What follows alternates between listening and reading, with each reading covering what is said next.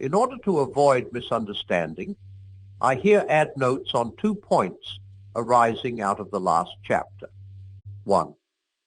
One sensible critic wrote asking me why, if God wanted sons instead of toy soldiers, he did not beget many sons at the outset, instead of first making toy soldiers and then bringing them to life by such a difficult and painful process. One part of the answer to this question is fairly easy. The other part is probably beyond all human knowledge. The easy part is this. The process of being turned from a creature into a son would not have been difficult or painful if the human race had not turned away from God centuries ago. They were able to do this because he gave them free will. He gave them free will because a world of mere automata could never love and therefore never know infinite happiness. The difficult part is this. All Christians are agreed that there is, in the full and original sense, only one Son of God. If we insist on asking, but could there have been many, we find ourselves in very deep water. Have the words could have been any sense at all when applied to God? You can say that one particular finite thing could have been different from what it is, because it would have been different if something else had been different, and the something else would have been different if some third thing had been different, and so on.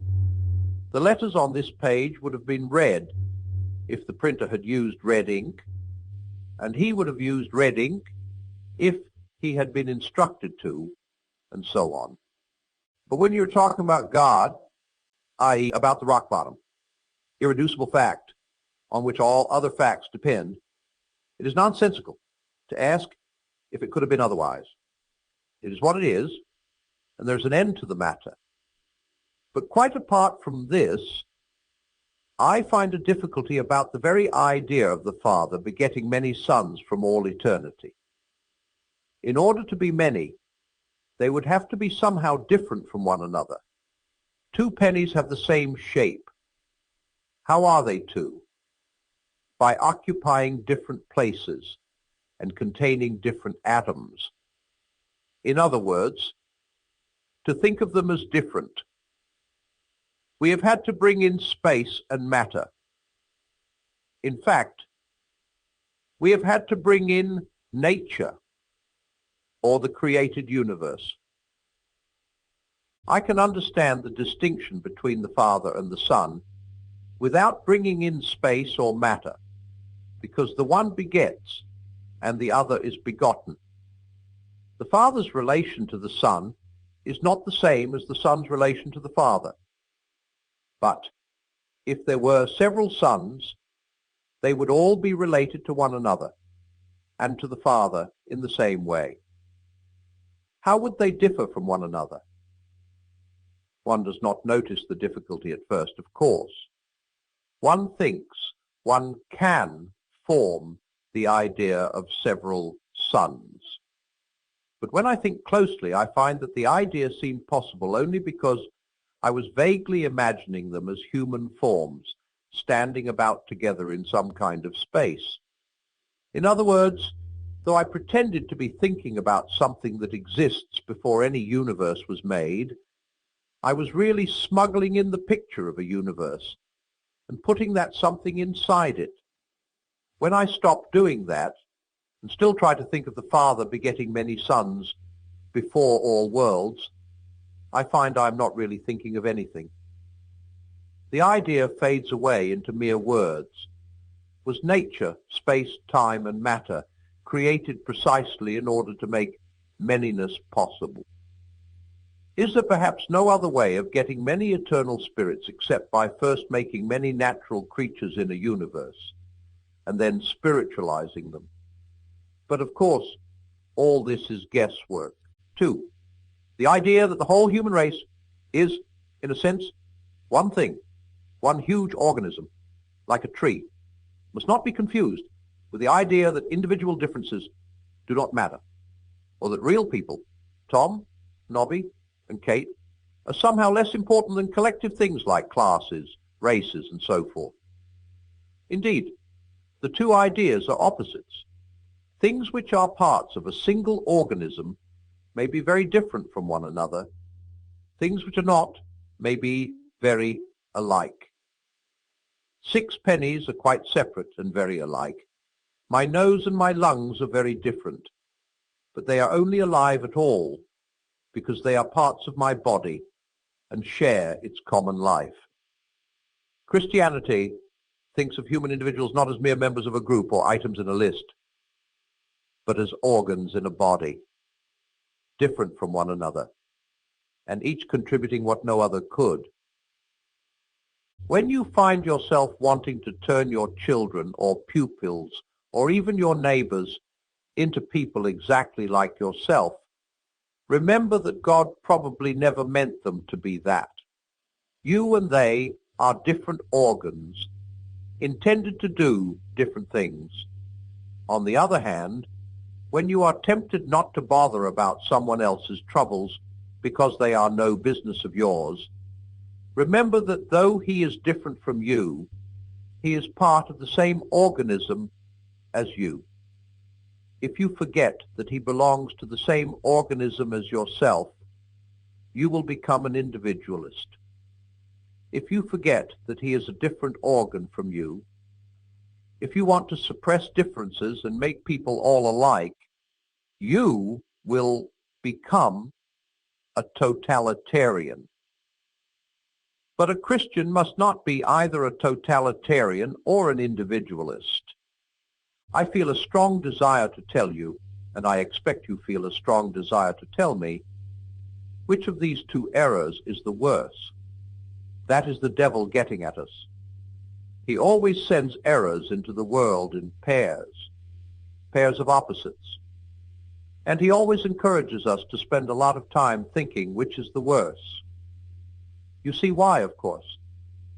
He relies on your extra dislike of one error to draw you gradually into the opposite one. But do not let us be fooled. We have to keep our eyes on the goal and go straight through between both errors. We have no other concern than that with either of them.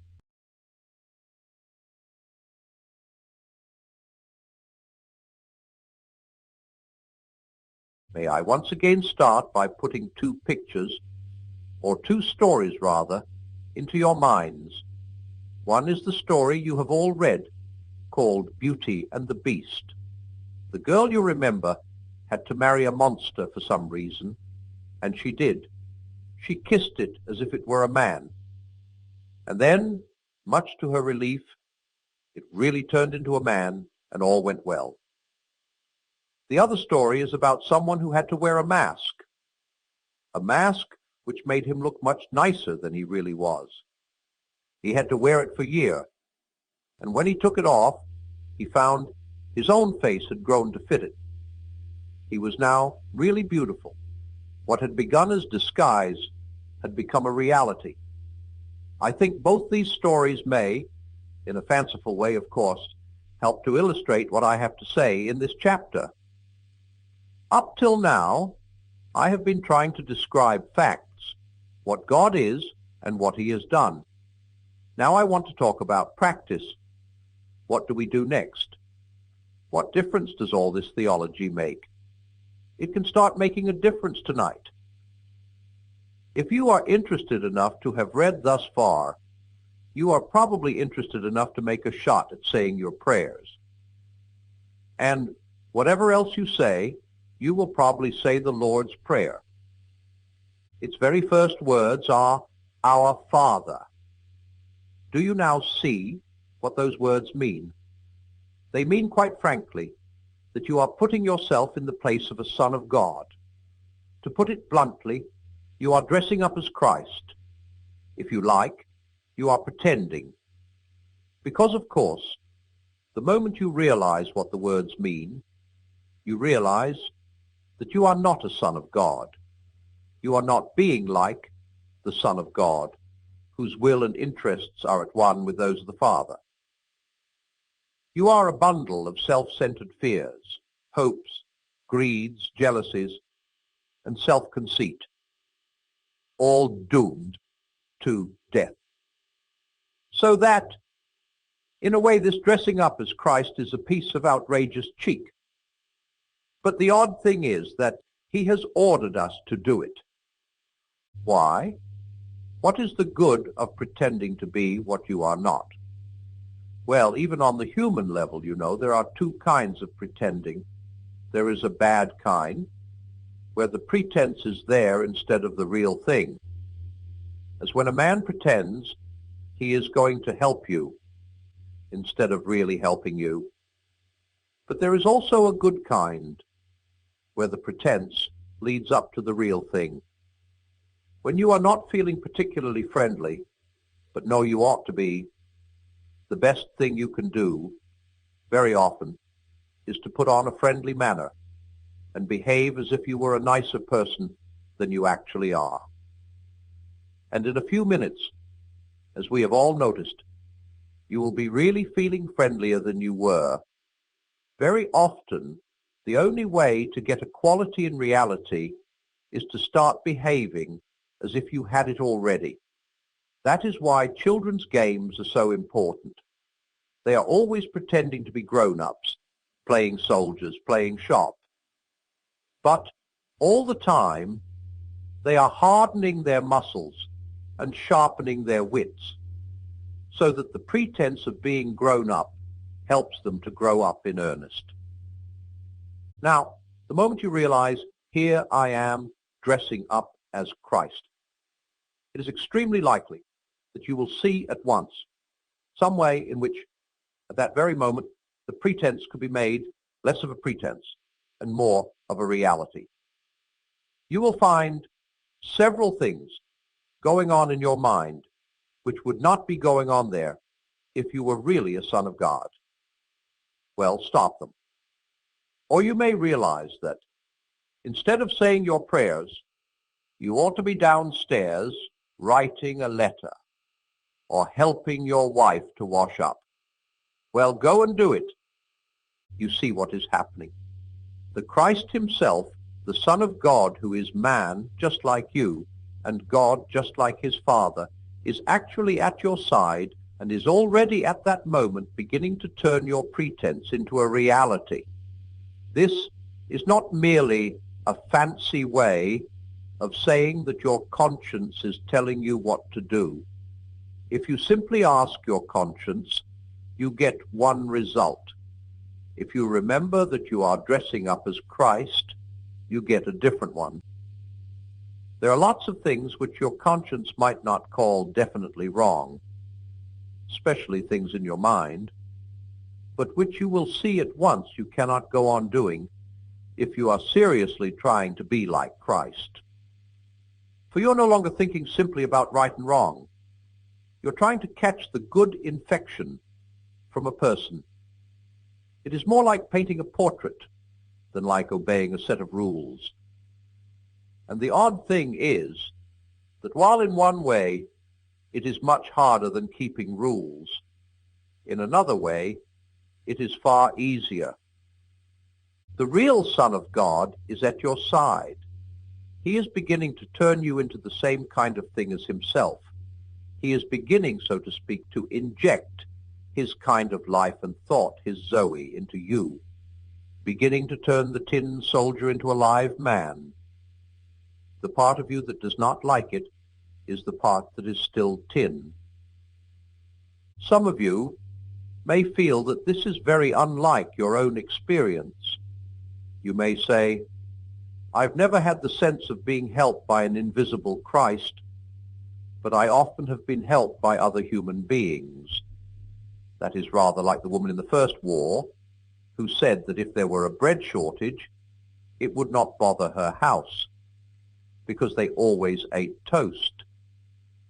If there is no bread, there will be no toast. If there were no help from Christ, there would be no help from other human beings. He works on us in all sorts of ways. not only through what we think our religious life. He works through nature, through our own bodies, through books, sometimes through experiences which seem, at the time, anti-Christian. When a young man who has been going to church in a routine way honestly realizes that he does not believe in Christianity and stops going, provided he does it for honesty's sake and not just to annoy his parents, the Spirit of Christ is probably nearer to him then than it ever was before. But above all, he works on us through each other. Men are mirrors or carriers of Christ to other men, sometimes unconscious carriers. This good infection can be carried by those who have not got it themselves. People who were not Christians themselves help me to Christianity. But usually it is those who know him that bring him to others. That is why the church, the whole body of Christians, showing him to one another, is so important. You might say that when two Christians are following Christ together, there is not twice as much Christianity as when they are apart, but 16 times as much. But do not forget this. At first, it is natural for a baby to take its mother's milk without knowing its mother. It is equally natural for us to see the man who helps us without seeing Christ behind him. But we must not remain babies. We must go on to recognize the real giver. It is madness not to, because if we do not, we shall be relying on human beings, and that is going to let us down.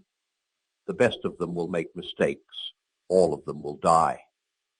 We must be thankful to all the people who have helped us. We must honor them and love them. But never, never pin your whole faith on any human being, not if he is the best and wisest in the whole world. There are lots of nice things you can do with sand, but do not try building a house on it. And now we begin to see what it is that the New Testament is always talking about. It talks about Christians being born again. It talks about them putting on Christ, about Christ being formed in us, about our coming to have the mind of Christ.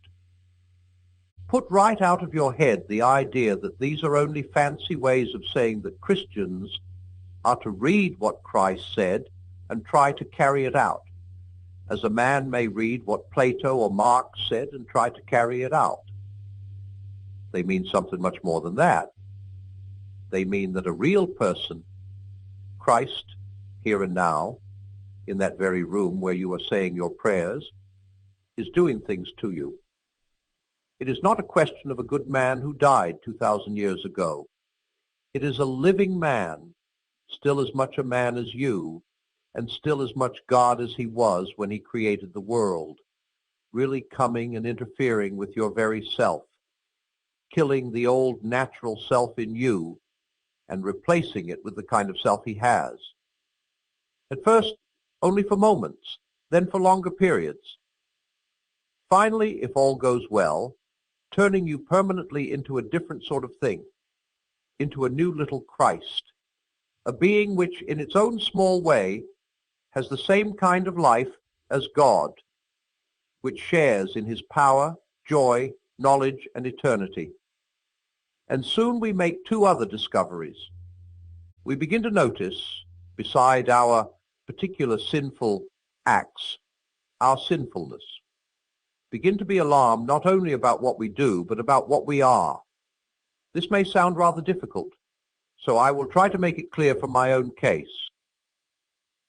When I come to my evening prayers and try to reckon up the sins of the day, 9 times out of 10, the most obvious one is some sin against charity. I have sulked or snapped or sneered or snubbed or stormed. And the excuse that immediately springs to my mind is that the provocation was so sudden and unexpected I was caught off my guard. I had not time to collect myself. Now that may be an extenuating circumstance as regards those particular acts. They would obviously be worse if they had been deliberate and premeditated. On the other hand, surely what a man does when he is taken off his guard is the best evidence for what sort of a man he is. Surely what pops out before the man has time to put on a disguise is the truth. If there are rats in a cellar, you are most likely to see them if you go in very suddenly. But the suddenness does not create the rats. It only prevents them from hiding. In the same way, the suddenness of the provocation does not make me an ill-tempered man. It only shows me what an ill-tempered man I am. The rats are always there in the cellar, but if you go in shouting and noisily, they will have taken cover before you switch on the light. Apparently, the rats of resentment and vindictiveness are always there in the cellar of my soul. Now, that cellar is out of reach of my conscious will. I can to some extent control my acts. I have no direct control over my temperament. And if, as I said before, what we are matters even more than what we do, if indeed what we do matters chiefly as evidence of what we are, then it follows that the change which I most need to undergo is a change that my own direct voluntary efforts cannot bring about. And this applies to my good actions too. How many of them were done for the right motive? How many for fear of public opinion or a desire to show off? How many from a sort of obstinacy or sense of superiority, which in different circumstances might equally have led to some very bad act? But I cannot, by direct moral effort, give myself new motives. After the first few steps in the Christian life, we realize that everything which really needs to be done in our souls can be done only by God. And that brings us to something which has been very misleading in my language up to now. I have been talking as if it were we who did everything. In reality, of course, it is God who does everything. We, at most, allow it to be done to us. In a sense, you might even say, it is God who does the pretending. The three-personal God, so to speak, sees before him, in fact, a self-centered, greedy, grumbling, rebellious human animal. But he says, let us pretend that this is not a mere creature, but our Son. It is like Christ, insofar as it is a man, for he became man. Let us pretend that it is also like him in spirit. Let us treat it as if it were what in fact it is not. Let us pretend in order to make the pretense into a reality. God looks at you as if you were a little Christ. Christ stands beside you to turn you into one. I dare say this idea of a divine make-believe sounds rather strange at first, but is it so strange really? Is not that how the higher thing always raises the lower? A mother teaches her baby to talk by talking to it as if it understood long before it really does. We treat our dogs as if they were almost human. That is why they really become almost human in the end.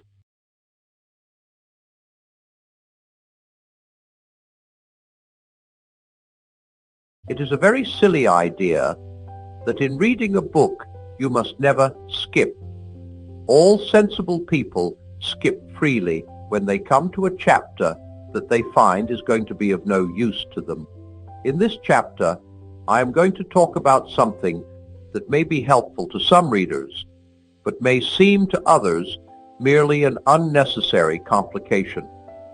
If you are one of the second sort of readers, then I advise you not to bother about this chapter at all, but to turn on to the next. In the last chapter, I had to touch on the subject of prayer, and while that is still fresh in your mind and my own, I would like to deal with a difficulty that some people find about the whole idea of prayer.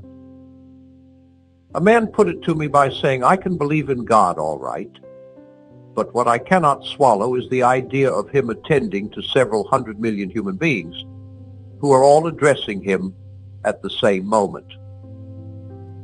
And I have found that quite a lot of people feel this way. Now, the first thing to notice is that the whole sting of it comes in the words, at the same moment. Most of us can imagine God attending to any number of applicants, if only they came one by one, and he had endless time to do it. So what is really at the back of this difficulty is the idea of God having to fit too many things into one moment of time. Well, that is of course what happens to us. Our life comes to us moment by moment. One moment disappears before the next comes along, and there is room for very little in each. That is what time is like.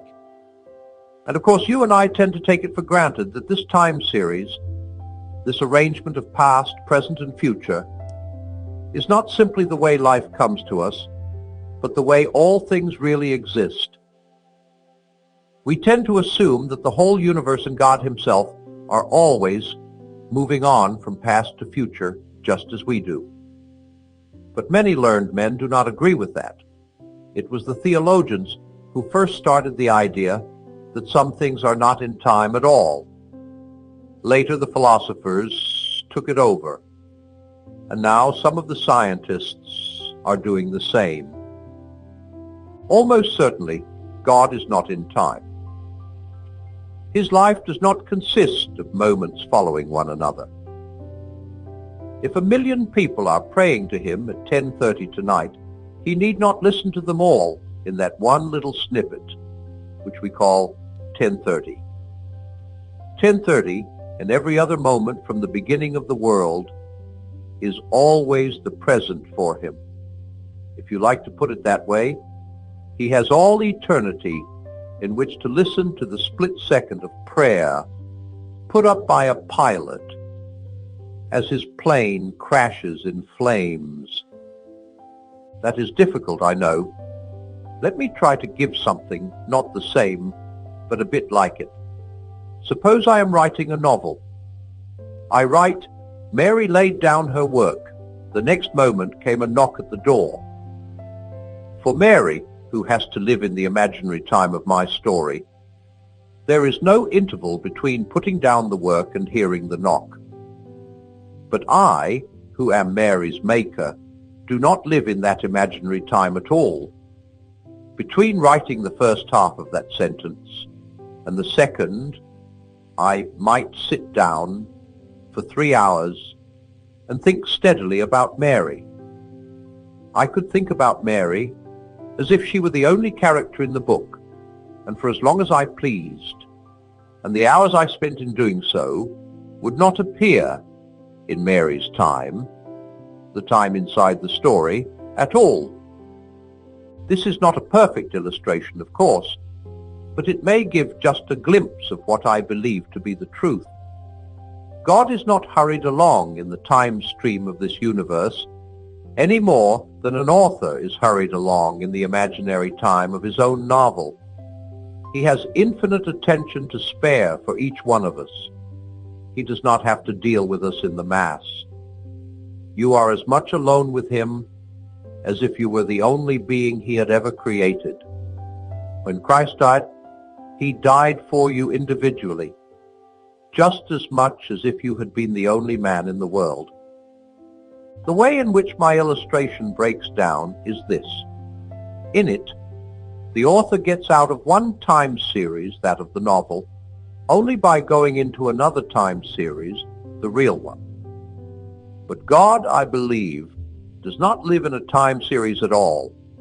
His life is not dribbled out moment by moment like ours.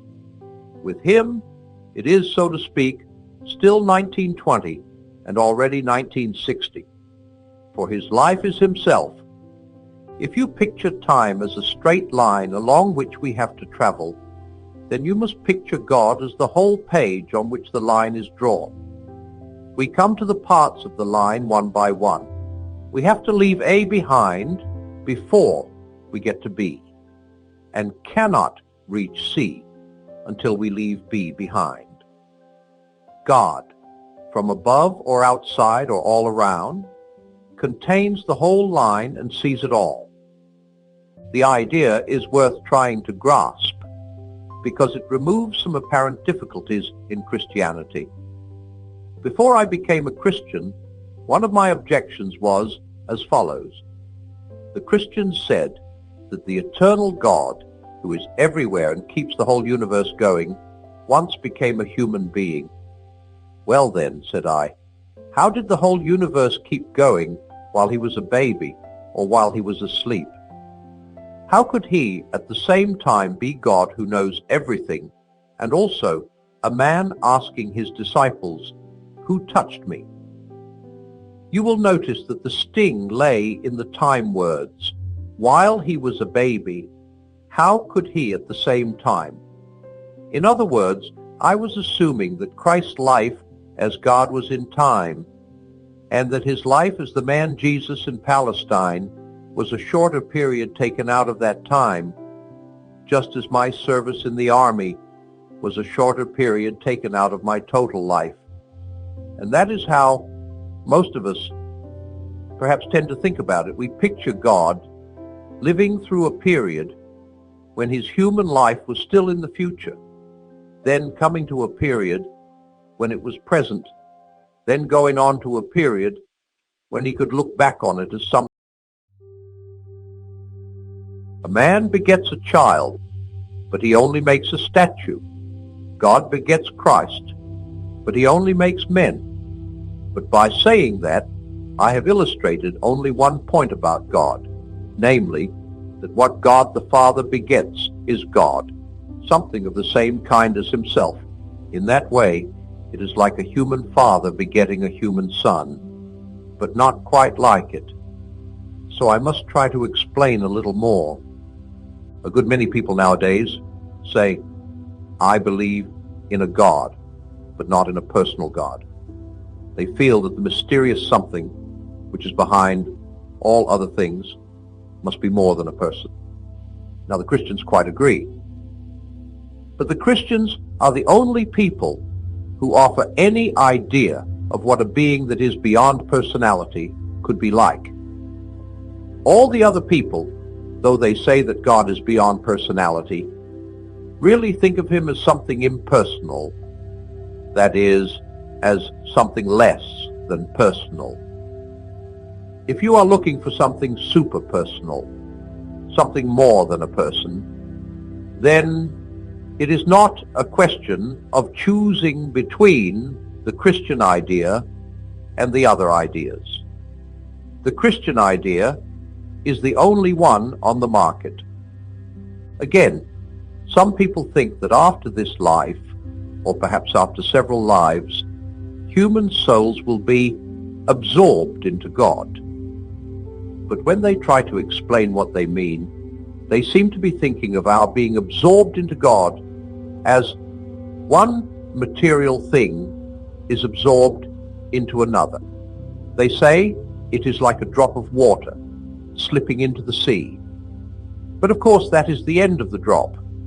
If that is what happens to us, then being absorbed is the same as ceasing to exist. It is only the Christians who have any idea of how human souls can be taken into the life of God and yet remain themselves. In fact, be very much more themselves than they were before. I warned you that theology is practical. The whole purpose for which we exist is to be thus taken into the life of God.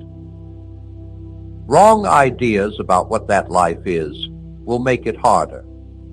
And now, for a few minutes, I must ask you to follow rather carefully. You know that in space you can move in three ways: to left or right, backward or forward, up or down. Every direction is either one of these three or a compromise between them. They are called the three dimensions. Now, notice this. If you are using only one dimension, you could draw only a straight line. If you are using two, you could draw a figure, say a square, and a square is made up of 4 straight lines. Now a step further. If you have 3 dimensions, you can then build what we call a solid body, say a cube, a thing like a dice or a lump of sugar. And a cube is made up of 6 squares. Do you see the point? A world of 1 dimension would be a straight line. In a 2-dimensional world, you still get straight lines, but many lines make one figure. In a 3-dimensional world, you still get figures, but many figures make one solid body. In other words, as you advance to more real and more complicated levels, you do not leave behind you the things you found on the simpler levels. You still have them, but combined in new ways, in ways you could not imagine if you knew only the simpler levels. Now, the Christian account of God involves just the same principle. The human level is a simple and rather empty level. On the human level, one person is one being, and any 2 persons are 2 separate beings, just as, in 2 dimensions, say on a flat sheet of paper, 1 square is 1 figure, and any 2 squares are 2 separate figures.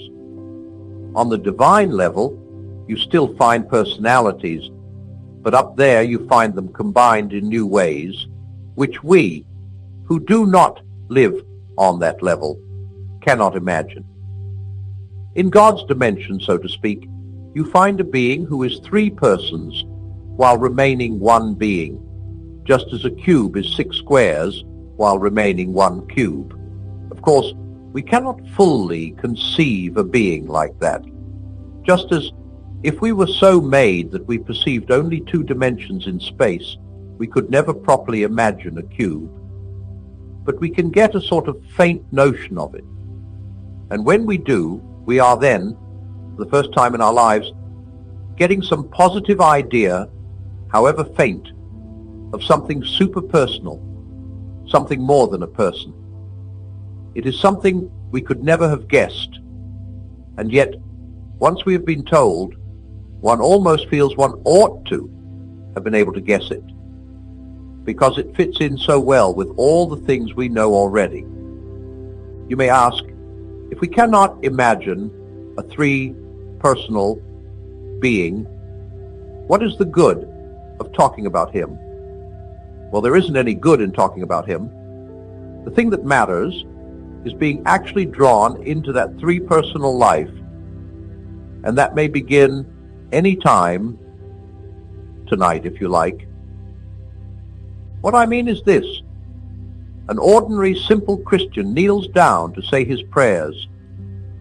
He is trying to get in touch with God, but if he is a Christian, he knows that what is prompting him to pray is also God, so to speak, inside him. But he also knows that all his real knowledge of God comes through Christ, the man who was God, that Christ is standing beside him, helping him to pray, praying for him.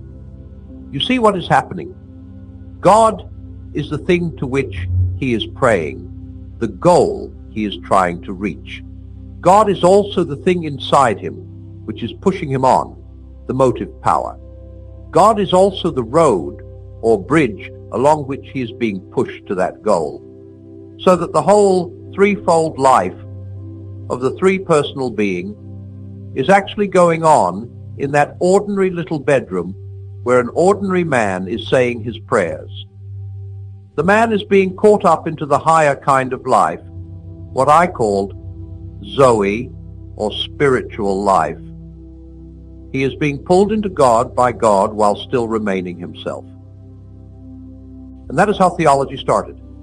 People already knew about God in a vague way.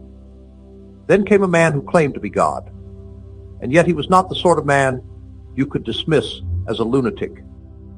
He made them believe him.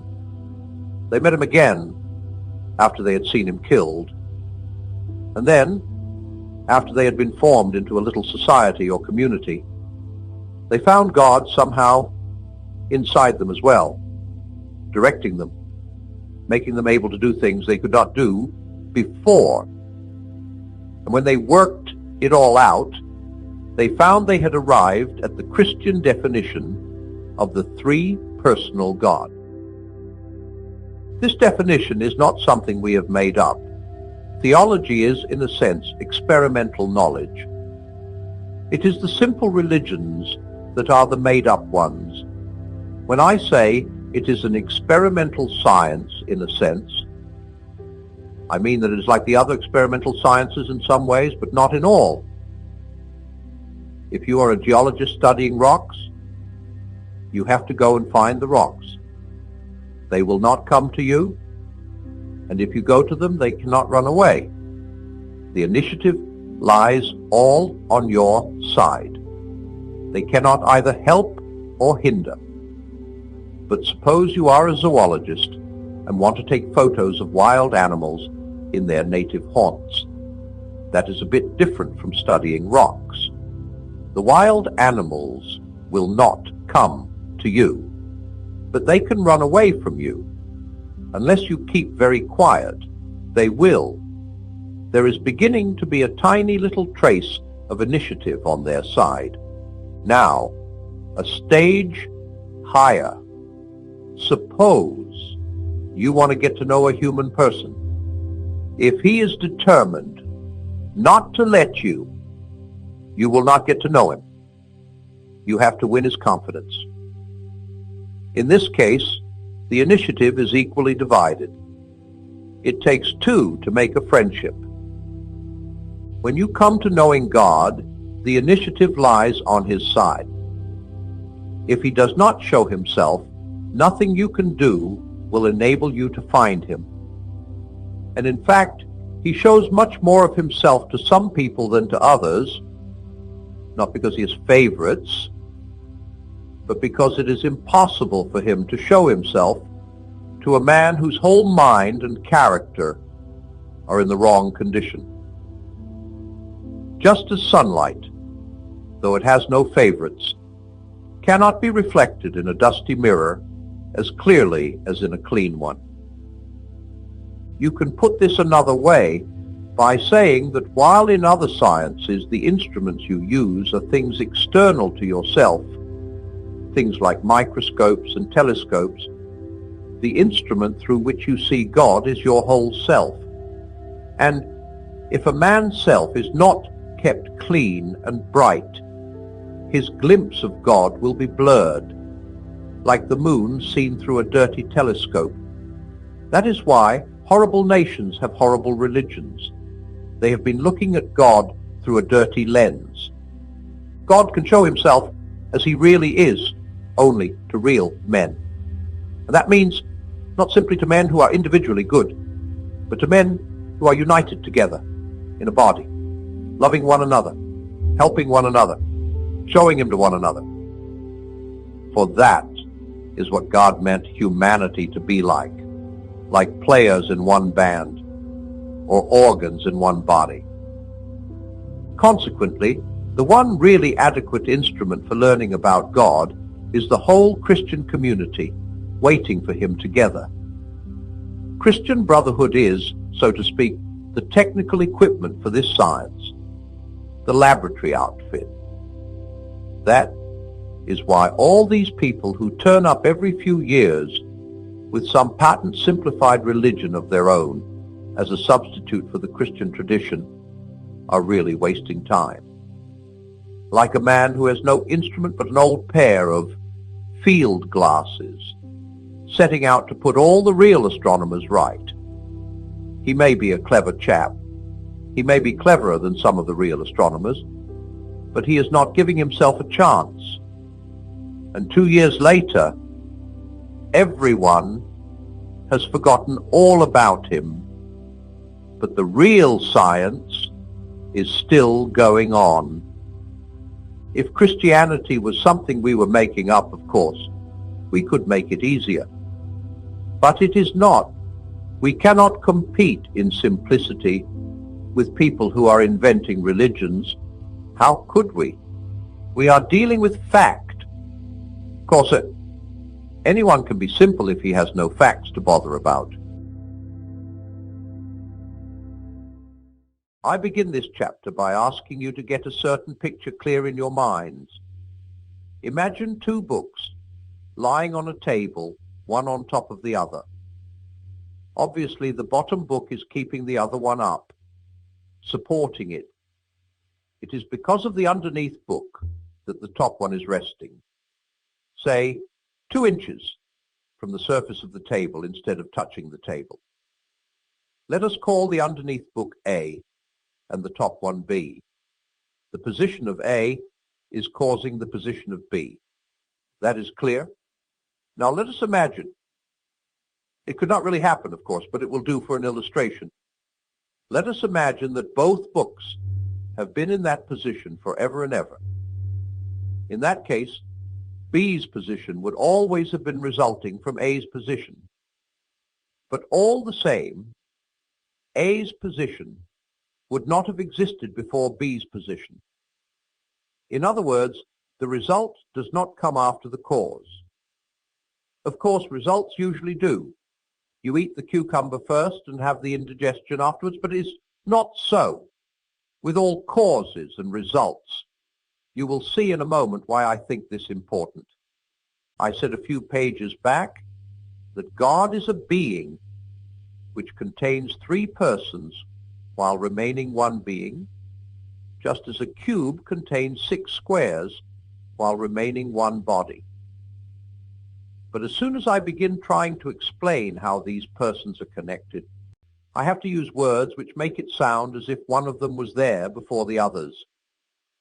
The first person is called the Father, and the second the Son. We say that the first begets or produces the second. We call it begetting, not making, because what he produces is of the same kind as himself. In that way, the word Father is the only word to use. But unfortunately, it suggests that he is there first, just as a human father exists before his son. But that is not so. There is no before and after about it. And that is why I have spent some time trying to make clear how one thing can be the source or cause or origin of another without being there before it. The Son exists because the Father exists. But there never was a tune before the Father produced the Son. Perhaps the best way to think of it is this. I asked you just now to imagine those 2 books, and probably most of you did. That is, you made an act of imagination, and as a result, you had a mental picture. Quite obviously, your act of imagining was the cause, and the mental picture the result. But that does not mean that you first did the imagining and then got the picture. The moment you did it, the picture was there.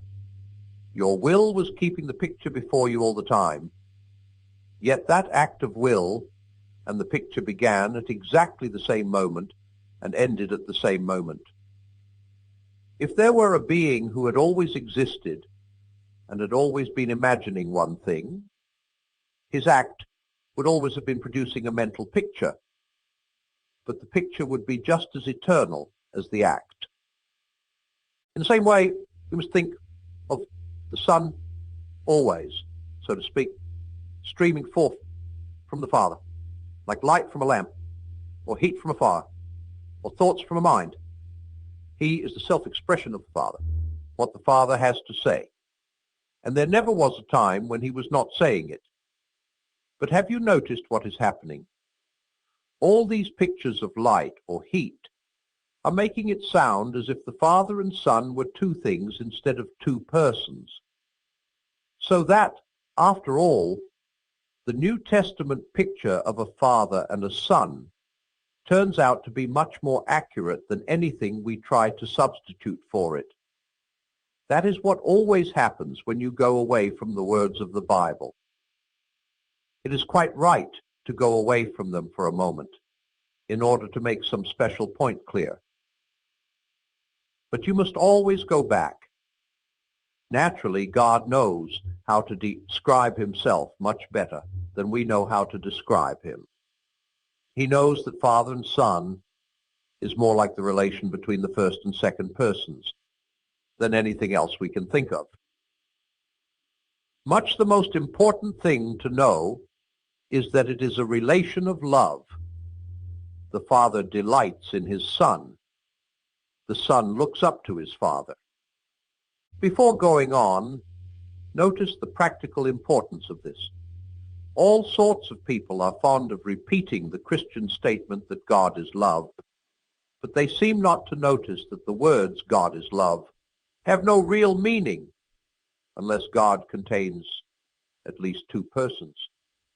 Love is something that one person has for another person. If God was a single person, then before the world was made, he was not love. Of course, what these people mean when they say that God is love is often something quite different. They really mean love is God. They really mean that our feelings of love, however and wherever they arise, and whatever results they produce, are to be treated with great respect. Perhaps they are, but that is something quite different from what Christians mean by the statement God is love. They believe that the living, dynamic activity of love has been going on in God forever and has created everything else. And that, by the way, is perhaps the most important difference between Christianity and all other religions. That in Christianity, God is not a static thing, not even a person, but a dynamic, pulsating activity, a life, almost a kind of drama, almost, if you will not think me irreverent, a kind of dance. The union between the Father and Son is such a live, concrete thing that this union itself is also a person. I know this is almost inconceivable, but look at it thus. You know that among human beings, when they get together in a family or a club or a trade union, people talk about the spirit of that family or club or trade union. They talk about its spirit because the individual members, when they are together, do really develop particular ways of talking and behaving which they would not have if they were apart. It is as if a sort of communal personality came into existence. Of course, it is not a real person.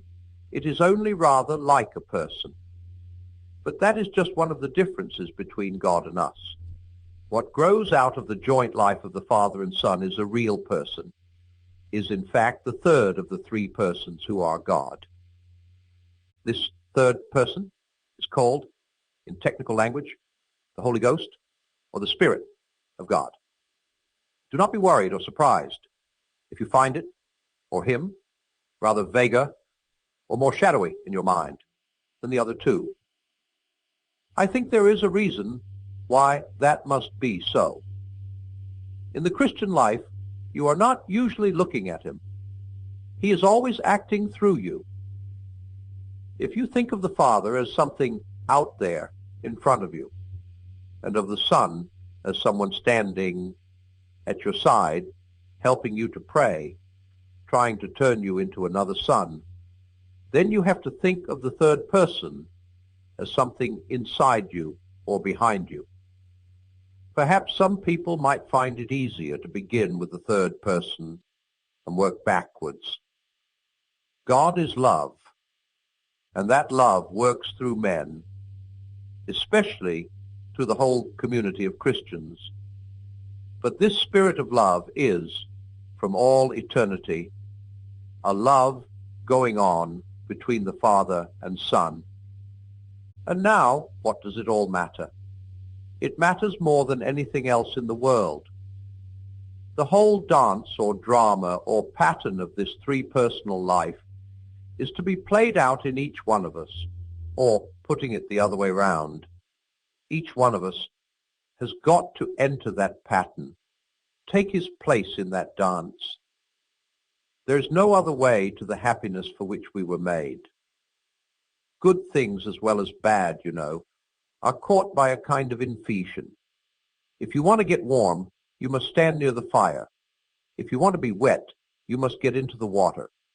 If you want joy, power, peace, eternal life, you must get close to, or even into, the thing that has them. I are not a sort of prizes, which God could, if he chose, just hand out to anyone. I are a great fountain of energy and beauty, spurting up at the very center of reality. If you are dosed to it, the spray will wet you. If you are not, you will remain dry.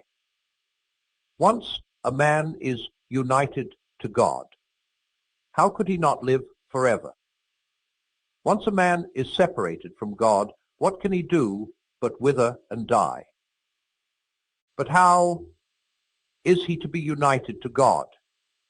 How is it possible for us to be taken into the three-personal life? You remember what I said in chapter 2 about begetting and making. We are not begotten by God, we are only made by him. In our natural state, we are not sons of God, only, so to speak, statues. We have not got Zoe or spiritual life, only bios or biological life, which is presently going to run down and die. Now the whole offer which Christianity makes is this, that we can, if we let God have his way, come to share in the life of Christ. If we do, we shall then be sharing a life which was begotten, not made, which always has existed and always will exist. Christ is the Son of God. If we share in this kind of life, we also shall be sons of God. We shall love the Father as he does, and the Holy Ghost will arise in us. He came to this world and became a man in order to spread to other men the kind of life he has, by what I call good infection. Every Christian is to become a little Christ. The whole purpose of becoming a Christian is simply nothing else